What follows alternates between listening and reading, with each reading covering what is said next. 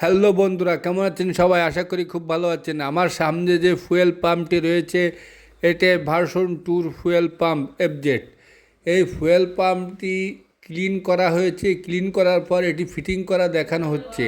এটি ফিটিং করার জন্য প্রথমে এর এই যে আপনার যে জালিটি রয়েছে, যে নেট জালি, এই নেট জালিটি মোটরের পিছনের দিকে লাগাতে হবে। দেখেন বন্ধুরা, এর নেট জালটি যদি অ্যাকুরেট না লাগানো হয়, লিক করলে কলম কাজ হবে না। এবং এর এই যে পিছন সাইডে অয়েল সিলটি দেখতে পাচ্ছেন, এবং এর এই যে মোটরের অয়েল সিলটি রয়েছে, এই দুটো অয়েল সিলটি কলম অ্যাকুরেট করে লাগাতে হবে। অ্যাকুরেট করে না লাগালে কিন্তু আপনার তেল, চাবি অফ করা থাকলেও কিন্তু তেল ফোটায় ফোটায় তেল চলে আসবে পাম্পের ভিতর থেকে। এই যে দেখেন বন্ধুরা, মোটরের যে দুইটি তার রয়েছে, সেই দুইটি তার এর উপরের যে অংশ রয়েছে তার দুই সাইড দিয়ে যাবে।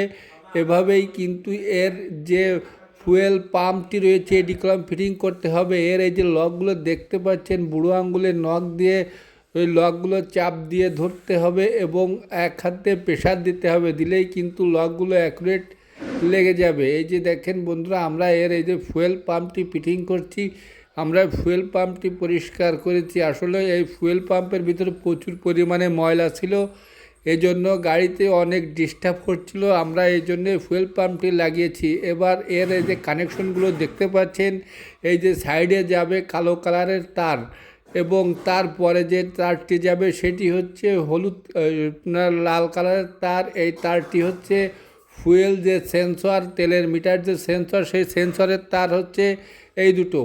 আর এর পরে যে তার দুটো দেখতে পাচ্ছেন, এই লালচে কালারের তারটি হচ্ছে ফুয়েল পাম্পের মোটরের, এবং এর আর্থিংয়ের তারটি হচ্ছে কালো, এটি ওই সাইডে লাগবে। আসলে তারগুলো যদি উল্টো পাল্টে যায় তাহলে কিন্তু মোটরে লাইন আসবে না, কোনো শব্দ করবে না চাবি অন করলে।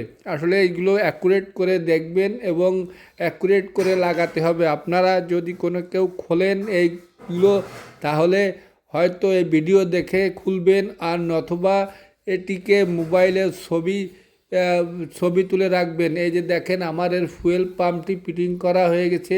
আমরা এবার এটাকে ট্যাঙ্কিতে ইনস্টল করব। এর এই যে ওয়াশারটি রয়েছে, সেটিও কিন্তু অ্যাকুরেটভাবে লাগাতে হবে। এর উল্টোভাবে লাগালে কিন্তু ওয়াশারটিতে কাজ হবে না। এটি একেবারে অ্যাকুরেট করে লাগাতে হবে, উল্টোভাবে কিন্তু এটা লাগতে চাবে না। এই যে দেখেন, আমরা ট্যাঙ্কির ভিতরে এটাকে ইনস্টল করব, এবং এর এই যে ফুয়েল পাম্পের যে তেলের যে পাইপটি দেখতে পাচ্ছেন, যেটা ফুয়েল ইঞ্জেক্টরে যায়, সেই দিক কিন্তু পিছন দিকে থাকবে। আপনারা এর এটি হয়তো মার্কা দিয়ে করতে পারেন এবং এটি অ্যাকুরেট অ্যাডজাস্ট করে নিতে পারেন। এই যে দেখেন বন্ধুরা, আমরা এর এটি লাগিয়েছি। ভিডিওটি ভালো লাগলে চ্যানেলটিকে সাবস্ক্রাইব ও ফলো দিয়ে রাখবেন, এবং ইউটিউব চ্যানেলে দেখতে হলে বাংলায় অধিকারী মোটরস দিয়ে সার্চ করলেই চলে আসবে। ধন্যবাদ।